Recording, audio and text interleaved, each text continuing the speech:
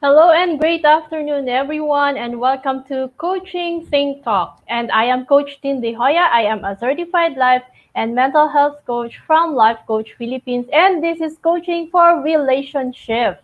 This coaching conversation is for women who wants to regain themselves in their relationship and create that safe space in their marriage. And my mission is to help 1 million women to embrace their identity and womanhood, to be a suitable helper of their husband, to create a safe mental and emotional space for a family that thrives.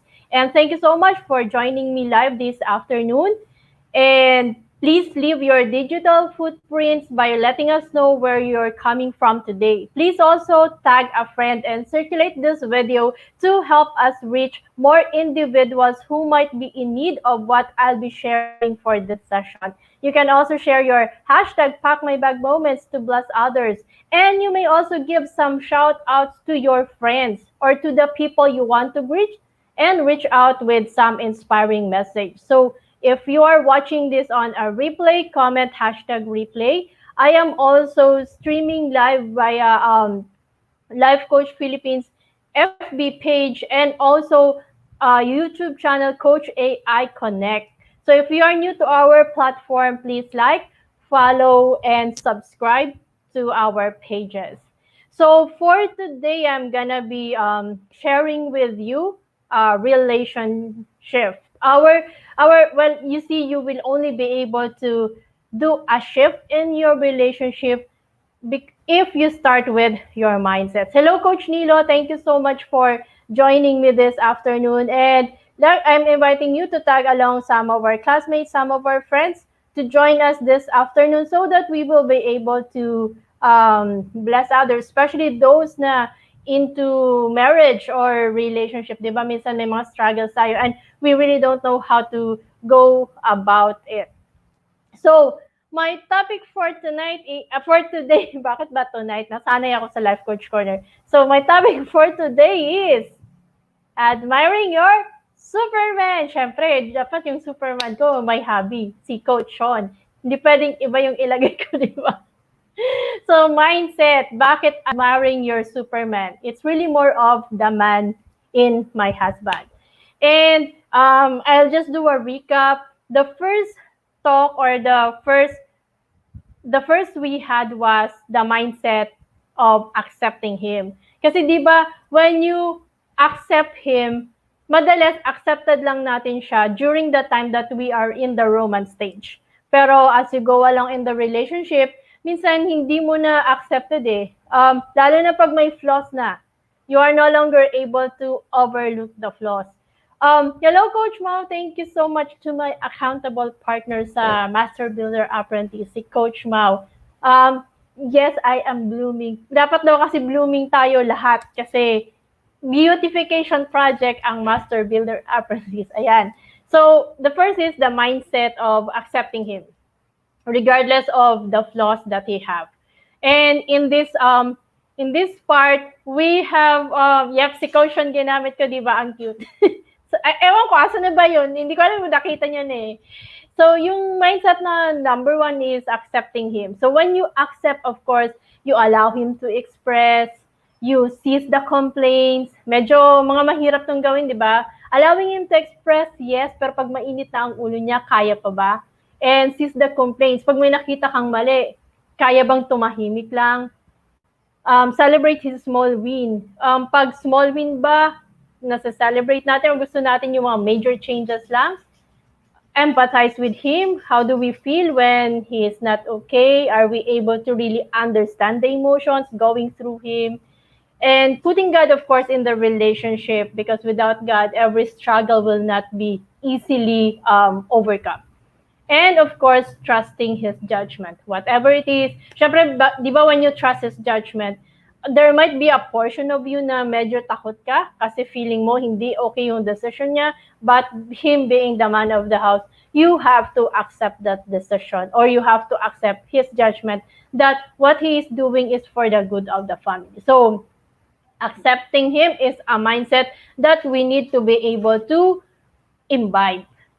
So what's mindset number two that we have to be able to to to be able to apply in the relationship.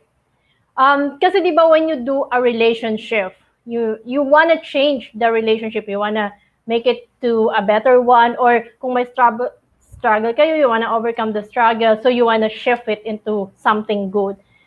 When you do a shift, it has to be coming from inside of you. And dapat may alignment din sa gusto mo eh. And of course, shifting will have to accepting everything. Hello, Mayor Leonard. Thank you so much for joining us this afternoon. So, tag natin si Wifey para marinig niya din yung kung ano ba talaga ang topic, ano ba talaga ang being man in the house. So, ito yung mindset number 1. And then, for the second mindset, I do have a question. What is a man's greatest need? Ano kaya sa tingin mo yung pinaka-need ng lalaki? Siyempre, we're two different people. Men and women are very different in terms of biology, biological, of course, physiological. So, ano kaya sa tingin nyo yung greatest need niya? Mindset number 2, of course, is admiring his masculinity. Kaya siya admiring your Superman. Kasi siya talaga yung lalaki sa buhay mo, and you have to admire his being masculine.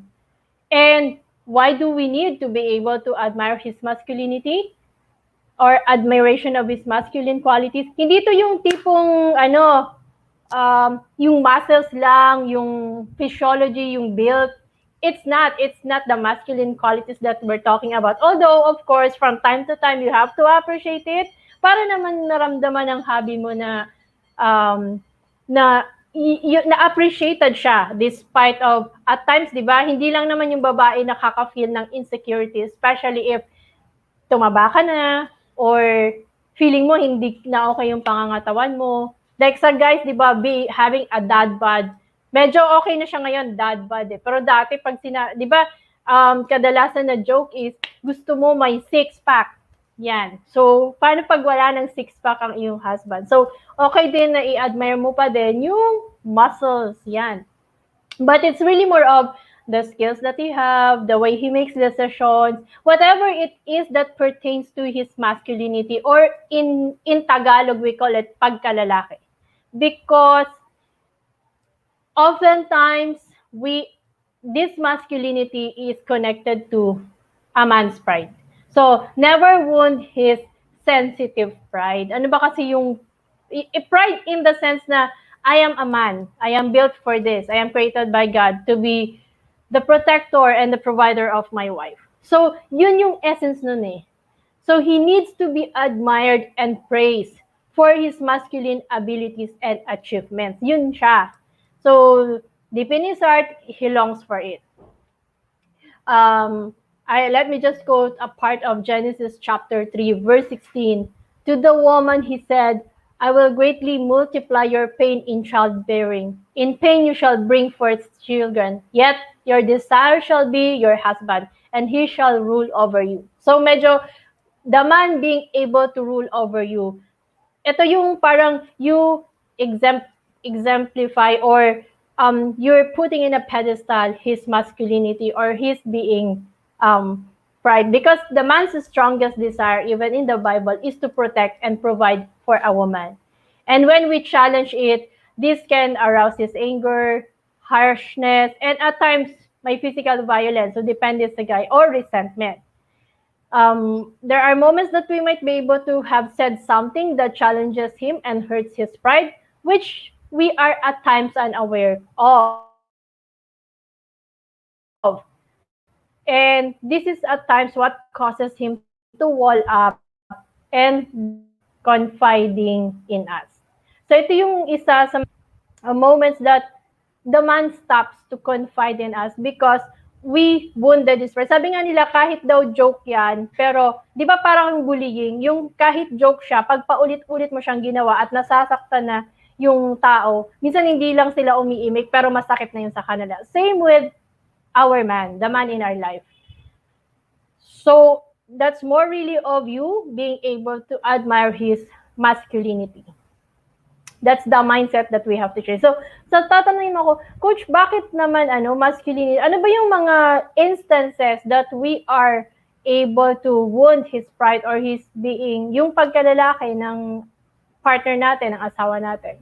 There are some lists that I will give you, although several lang to, but there are a lot of instances. Maybe you can add to the list, or you can think of something and add it to your list.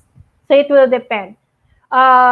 So some of the things that can really injure his pride is criticizing his weakness. Di ba, lahat naman tayong may weakness eh. Pero pag pinu-point out natin yun sa partner natin, it will really affect his self-esteem at pagpaulit-ulit pa siya. For example, there's a decision that he made and you know that at times he is not good with his judgment. But hindi, pag mali siya ng judgment niya or yung judgment call niya, what you do is i-remind mo ulit siya na mali ka nga last time eh. Tapos pag mag-decision ulit siya, i-connect mo ulit sa naging decision niya dati. So it's like a weakness to him that you keep on criticizing, paulit-ulit mo siyang sinasabi. So that's also one way of injuring his pride. Kaya at times, pag may gusto siyang decision, hindi niya na lang din sinasabi, di ba? He stops confiding in you. Hello, Coach North. Thank you so much for joining. And then, of course, pouring cold water on his ideas. Have you ever remembered a time na nag-share siya ng something? May kwento siya, excited siya. Pero, sabi mo, ay naku, wala namang kwenta yung kwento mo. Or wala namang kwenta yung gagawin mo. Merong ganong relationship. I remember a couple na we know, whenever the guy would decide on something, like, gusto kong ipaayos yung ganitong portion ng bahay kasi laging sinasabi ng wife niya na, ano ka ba, tigilan mo nga yan, para saan? Yung ang daming tanong, tapos imbis na ma-appreciate that the husband is doing something to napagandahin yung house, hindi niya yun na-appreciate. Ang sasabihin niya lang, gastos yan. So, hindi na. So, moving on, hindi na yung fast forward to the future, hindi na ngayon nag-share yung husband. So, nagkakaroon ngayon ng nagiging cold yung communication. Parang nagiging common na lang na kumusta or kumain ka na, hanggang ganun na lang. Pero no more sharing of deeper, parang wala nang deeper conversation. Hello, Coach Marife. Thank you so much. Another thing that you might be able to injure his pride is giving him advice when he did not ask for it. So, di ba minsan meron tayong, parang feeling natin mas marunong tayo kasi dinaanan na natin. Tapos sabihin natin, dapat kasi ganito gawin mo. So, at times daw, hindi siya okay sa guys. Especially pag lagi mo siyang ginagawa. Because at times, they just wanna share to you or they just wanna rant, and they already know what to do. It's just that they wanna express. They wanna share the burden. Or they just want to rant, simply rant. Hindi naman talaga sila humihingi ng advice. But our tendency is we fix it for them. So at times, hindi na sila nag-share kasi somehow tinatamaan yung pride nila. Of course, is reminding him how you struggle on his income. Yung iba dyan, lalo na kung issue ang finances, pag hindi na ibibigay na partner yung financial needs, this also affects his pride that at times he no longer shares with you. He no longer confides or talks with you. Kasi nga, laging masakit. Pag may mga sinasabi ka na, kasi parang pinaparamdam mo sa kanya na he is not a good provider. Eh what if hindi talaga niya kinakaya kasi madaming issues or may issues sa work or something. And all he needs is the motivation for him to do it. Yet you are never able to give that because all you can see is the complaint that he's not giving enough. So that's also one way of hurting his masculinity. And then telling others how much your parents have helped you in your marriage. Ito yung may mga parental support pa din kahit may asawa na. Sa end ng lalaki, it's not gonna be okay kasi feeling niya he is not able to really do what is expected of him, which is to provide and protect the family, especially the girl or the woman that he married. So it's one. Also, yung admiring a masculine quality in another man. Kung lagi mo siyang kino-compare, buti pa si ganito, kahit sabihin mo artista yan or something, it's like you're making him lose his self-esteem because you keep on comparing him to other men. And not paying attention when he's telling you about something of which he is proud. Halimbawa, there's something that happened at sobrang saya niya, pero sa'yo hindi mo feel yon. So, you don't pay attention to ano man yung sinasabi niya. It's also one way that the man will withdraw. Kasi parang inaapakan mo talaga yung pagkalalaki niya. And of course, not praising him when he does something outstandingly well. Kasi baka naman feeling mo, hindi yun outstanding sa'yo, pero sa kanya outstanding na yun. In everything that they do, we really have to be able to give that support, to be able to show that support to him, and us not being able to praise him, even if, kasi di ba as coaches nga, sinasabi natin, it's a small win, no matter what, it's still a win. Pero kung sa relationship nyo, hindi mo nakikita yung value ng win na yon, na kahit sabihin mong maliit lang siya, it would wound his pride. And holding yourself up as an example for him to follow. So, kunwari may sitwasyon kayong dalawa sa bahay, and most often, what you do is, ako nga, ginawa ko ganito, ganyan, nung time ko, ganito, ganyan. Like, for example, promotion. Kunwari, mas nauna ka na-promote sa husband mo, and ikaw yung mas nag-excel sa career, tapos, siya, papunta pa lang doon, and you keep on pointing out na gawin niya example, ikaw. It's not gonna be a good one for him. Kasi sa kanya, pakiramdam niya, you don't trust him and he is not man enough. Kaya nga, yung mindset number 2 natin is really more of admiring your superman or admiring his masculinity. Being able to respect and honor yung pagiging lalaki niya or yung pagkalalaki in Tagalog. And reminding him of your superior education. For example, kung mas matalino ka sa husband mo, di ba minsan, like, ay naku, ito kasi yan, yung parang pinaparamdam mo, minsan may ganun kami dati ni Coach Sean eh. Sa amin kasi, me, I am an honor student, and also, in terms, tas hindi siya mahilig magbasa dati. So, in terms of knowledge, mas ano talaga ako sa kanya. So there would be moments that we would talk, and at times parang downgrade, not downgrade, pero parang nadidegrade, ayun, mali yung word ko. Yung nadidegrade mo siya, even if it's a joke. Pero pag paulit-ulit mo kasi siyang ginawa, it's gonna be bad for the man. So those are some of the scenarios that you might be able to injure the man's pride or apakan mo yung pagkalalaki niya. Kaya nga, if you wanna do a relationship, this is the second mindset that you have to break. Honoring him, respecting his masculinity. Hindi lang siya sa simpleng sinusunod mo siya, sinusunod mo yung gusto niya, or you allow him to make decisions in you. But in all aspects, his skills, his abilities, he's being a man of the house. So, are you familiar with this? This is what we call the Pandora's box. And there is something that we call the Pandora's box reaction. Ito yung moment na pag may sinabi, pag halimbawa matagal nang hindi nag-share sa'yo yung husband mo, and suddenly, kasi nga binibreak natin yung mindset, di ba? For example, yung unang mindset is accepting him, accepting his flaws that he have, even if at times it's not okay with you. Kasi nga, yung flaws kasi yun, cute lang siya pag nasa relationship, nasa romance stage lang kayo eh. But after that, hindi na maganda or hindi na okay yung cute. Hindi na siya cute. At nakikita mo na ngayon yung flaws. And at times, you start criticizing him because of that flaws. And because of that, at times he would stop sharing with you. Na pwedeng sa iba na siya nag-share. Pwedeng, hindi naman ibig nag-share siya sa ibang girls. Pwede din na sharing na siya sa friends na lalaki or sa mga best friends niya or mom niya or something. Basta hindi na siya nag-share sa'yo na parang mas madami pang alam sa'yo yung mom niya kesa sa'yo na dapat ikaw na nga ang nasasabihan niya. And that's what we call the Pandora's box reaction. When you allow your man to to be able to express. Nagkakaroon siya ng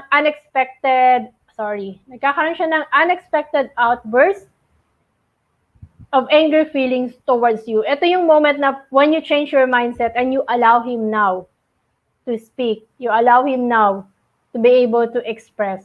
Sunod-sunod na yan. So, wag kang magtaka kung minsan, kung kailan you change the approach, mas madami siya ngayong anger.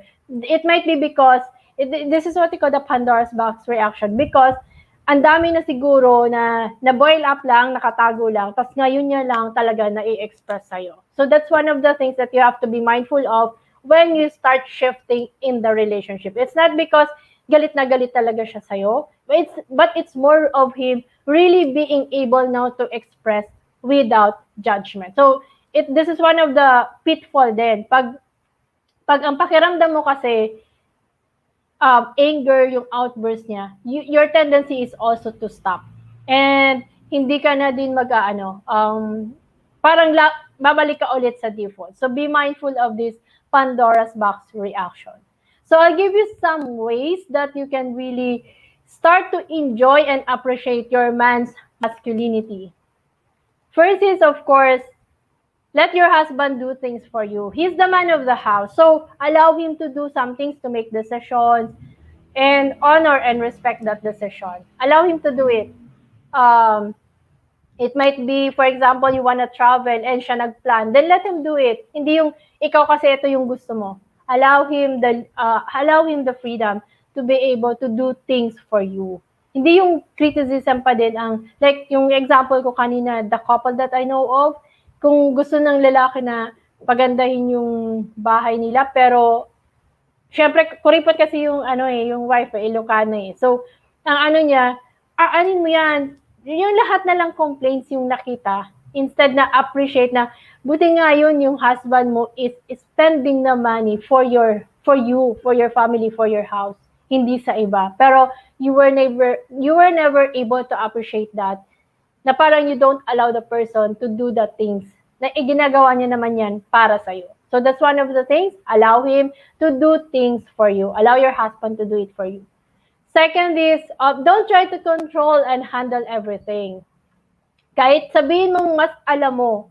For example, yung kanina, in terms of career, kunwari mas naging nauna ka sa husband mo in the career ladder, and nag-share sa'yo, then allow him. Wag mo siyang turuan, wag mo siyang sabihan na dapat ganito, ganyan. Unless, of course, he asks you for advice. Allow him to execute it on his own. Do not control and do not handle everything. Kung feeling mo, need mo talaga na hindi mo mapigilan to share a certain degree of control, then okay. But express it na ito na lang siguro. Make it as a suggestion, and then but do not handle everything. Wag mong ubusin na ito yung mga steps na gagawin mo. No, it's not. Allow him to execute it as a man. Third is, take care of your husband but don't mother him. 'Di ba meron kasi na parang nagiging nanay ka na ng asawa mo, na parang kumain ka na, iligpit mo to, gawin mo to, yung lahat na lang. Remember, you are the wife, not the mother. Merong, minsan, pag sobrang yung parang overprotective ka na sa husband mo, na parang tinitreat mo na siya na panganay na anak, ayan. Di ba may joke tayo na, kunwari, 2 lang anak mo, pero sasabihin mo, 3 kasi yung panganay ko, tas yung panganay mo is the husband. Ayan. You have to be also mindful of that. Yes, it can be a joke, pero if you are doing it literally, that it's like you're being a mother to your husband, then stop. It's not good for him. It is hurting his pride. Kasi, nag-asawa, he has a wife, not a mother. Magkaibang identity nun, or magkaibang entity yon. So, do not mother your husband. And third is, give your husband the freedom to enjoy being a man. Allow him some time. Natatawa si Mayor . Give him some time na, minsan ba natitreat ka ni Coach Nords na parang ayun. Minsan kasi ganyan decision, pag parang super protective ka na parang dapat ganito, ganyan, tapos you worry too much, ayan, para sa niya, ano ka nanay, nanay, yan yung joke niya sa akin. Just a reminder that I am overstepping the boundary of, or I am parang instant na nagiging wife ako, nagiging mama ko. So may ganun siyang ano.